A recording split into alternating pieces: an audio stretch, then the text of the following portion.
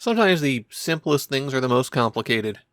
You can see everything the Manhole has to offer, particularly this PC Engine version of the Manhole, in about an hour. But there's so many things around it.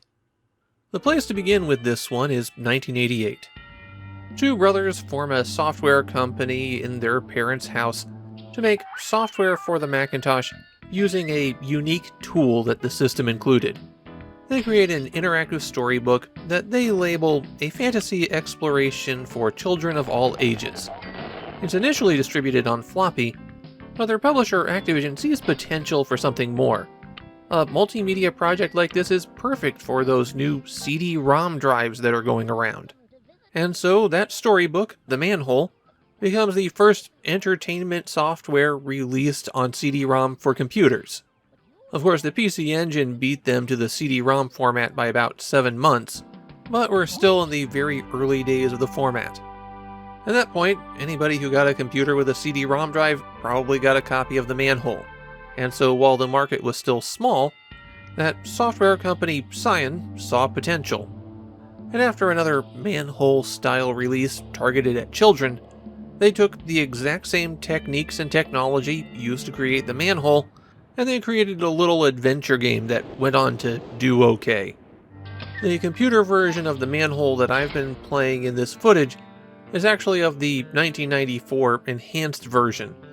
The original Macintosh version from 1988 was in black and white.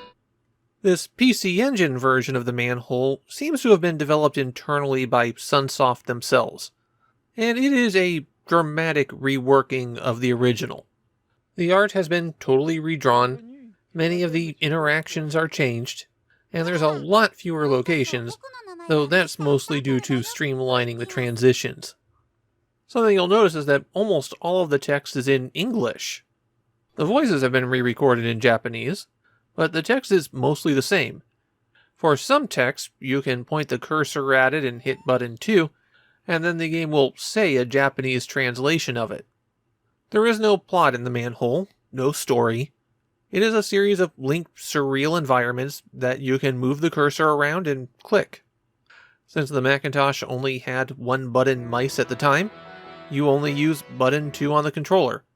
You spot something in the environment you want to check out, you click on it and see what happens. That's everything here. A lot of the environments loop back on each other in unusual ways. Examining paintings will often find a new path to a location. The screen itself is given a little bit of that early Macintosh visual design with the window that you're playing in. But I think the window exists because the PC Engine wasn't really able to handle full screen animation especially well.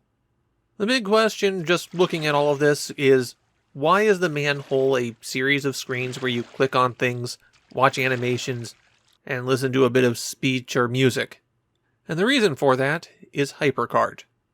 HyperCard was a tool included for Macintoshes that was used to create visual programs. It was also event-driven, so you could easily make pictures with interactive elements, change the image or play a sound when the mouse clicked on something or went over it, and you built these applications out of cards that you could link together. So you could click on a portion of one card and it would open another one. For something like the Manhole, the real challenge was in creating the visuals and audio. The actual programming was relatively simple. In case it wasn't obvious, HyperCard was really a forerunner of the World Wide Web. And I don't think it's unreasonable to say that modern websites are direct descendants of it. HyperCard wasn't the first implementation of this kind of system. The concept went back to the 60s after all. It was just the most commercially successful use of the concepts until the web got going in the 90s. In many ways, the Manhole was the poster child for HyperCard, at least until Cyan's most popular game came along. There are a handful of features in the Manhole that stand out. By pressing select, you can bring up the menu. You can do all sorts of small things here, like change the cursor speed, or completely redraw the background tile. You can also change the voices in the game from Japanese to English. Well, except for the turtle who speaks in French. This is where you go if you want to see the end, which is really just a credit roll for Cyan and Sunsoft. And if you hit the plug icon, then it reboots the PC Engine. There are a few mini-games hidden in the manhole.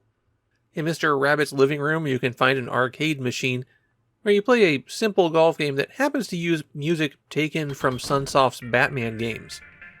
This is just a matter of timing your power and adjusting that as the indicator for the ball changes. And hidden in the picture frame next to the arcade game is an implementation of Neko, a classic desktop toy that got ported everywhere in the late 80s. It's a simply animated kitten that will chase the cursor around the screen, scratch at the walls of its box if you move the cursor outside of that, and fall asleep if you let the cursor sit for a few moments. There's around 8 viewers out there who suddenly got a massive nostalgia rush, and everybody else went, I don't get it. Another arcade machine can be found within Mr. Walrus's house in the Maze of Canals. This one is a simple road game where you have to avoid traffic, and it's just randomly generated. Finally, in a mouse hole in a Dragon's Bachelor Pad, you can find a Benki arcade machine. And here your goal is to shoot the warrior monk Benki as he walks back and forth. You have to hit him dead center for it to count. Although the manhole doesn't seem to have done especially well in Japan, I had no trouble finding people who gushed about how much they loved it as a child. The manhole connected with a lot of people at the time. But what about now? Decades later, when all of its tricks have been done 100 times over and 100 times better, when its impressive user experience and multimedia tech are now foundational to society, is the manhole worth another look? And yeah, I think it is. I consider it more historical artifact, but you could put it in, poke around for an hour, and walk away going, okay, I've now seen all of the cool things. The manhole is one of those cases where the experiment was a success, and I think it's worth looking back on it.